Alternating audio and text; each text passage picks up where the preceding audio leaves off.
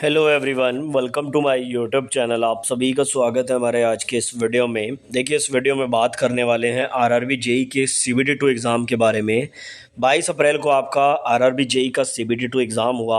2 shift में ये paper होना था। दोनों शिफ्ट में इस तरह से डिवाइड किया गया था कि पहली शिफ्ट में आधे आरआरबी के जो स्टूडेंट हैं उनका एग्ज़ाम हो जाएगा और सेकेंड शिफ्ट में बचे हुए आरआरबी के स्टूडेंट का एग्ज़ाम हो जाएगा।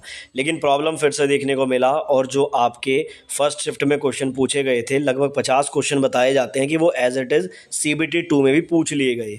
अब यहाँ से एक तरह से ये पेपर लीक का मामला बन जाता है कि शिफ्ट 1 में स्टूडेंट ने पेपर दिया, उन्होंने किसी के साथ क्वेश्चन शेयर भी किए होंगे, यानी कि थोड़ा बहुत जो है कुछ परसेंटेज क्वेश्चंस आउट हो गए, फिर वही सीबीटी 2 में पूछा गया। अब स्टूडेंट ने इसका विरोध किया तो रेलवे ने जो है सीबीटी 2 का सेकेंड शिफ्ट कैंसिल कर दिया। अब सेकेंड शिफ्ट कैंसिल होने के बाद जो पहली शिफ्ट वाले स्टूडेंट हैं उनका कहना ये है कि हमारा एग्ज़ाम कंप्लीट हो चुका है, शिफ्ट 2 का एग्ज़ाम दोबारा से होगा, तकरीबन 15 से 20 दिन बाद ये एग्ज़ाम होगा। तो शिफ्ट 2 में जो स्टूडेंट हैं उनको एक्स्ट्रा बेनिफिट मिल गया, उनको एक्स्ट्रा टाइम मिल गया तैयारी करने का, साथ ही उनको पैटर्न का भी पता चल गया।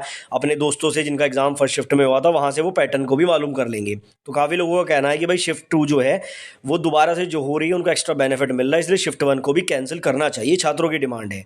तो यहाँ पर मैं एक चीज़ क्लियर कर दूँ कि शिफ्ट 1 पहली बात तो कैंसिल नहीं होगा। कारण उसका ये समझ लो कि 22 तारीख का जो शिफ्ट 1 था वो कैंसिल इसलिए नहीं होगा क्योंकि एग्ज़ाम हो रहा है आरआरबी वाइज।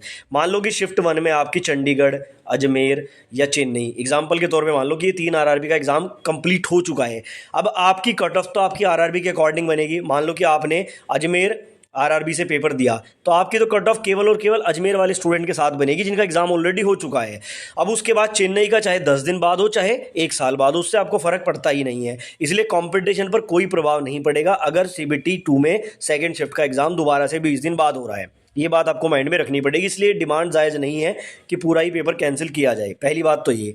दूसरा सवाल ये है कि अब एग्ज़ाम कैंसिल होने के बाद दोबारा एग्ज़ाम कब होगा, तो देखो कम से कम 15 से 20 दिनों का समय आपको लगने वाला है। फिर से पूरा डाटा स्टूडेंट का बनेगा, फिर से एडमिट कार्ड जारी होंगे, फिर से एग्ज़ाम डेट्स अनाउंस होंगी। तो मान के चलो कि 20 मई के आसपास आपका ये एग्ज़ाम फिर से लिया जा सकता है। वही 15 से 20 दिनों का समय बीच में आपका लगभग रहेगा।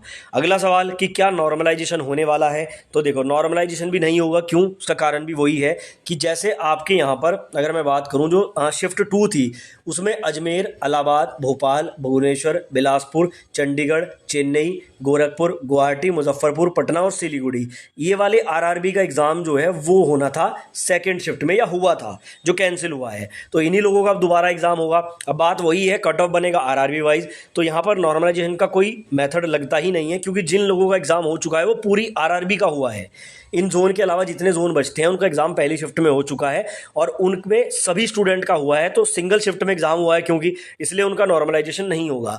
तो नॉर्मलाइजेशन को लेकर भी आपको घबराना नहीं है, आपका जो नॉर्मलाइजेशन है वो यहाँ पर नहीं होने वाला है। तो यहाँ पर हमने बात की कि आपका शिफ्ट 1 जो है वो कैंसिल नहीं होगी। क्यों नहीं होगी, कारण मैंने आपको बता दिया है। री एग्ज़ाम कब तक हो सकता है वो आपको बता दिया है। नॉर्मलाइजेशन आपका नहीं होगा, ये भी आपको मालूम चल गया है। बाकी अगर आपकी कोई क्वेरी है, कोई सवाल है तो आप कॉमेंट बॉक्स में पूछ सकते हैं।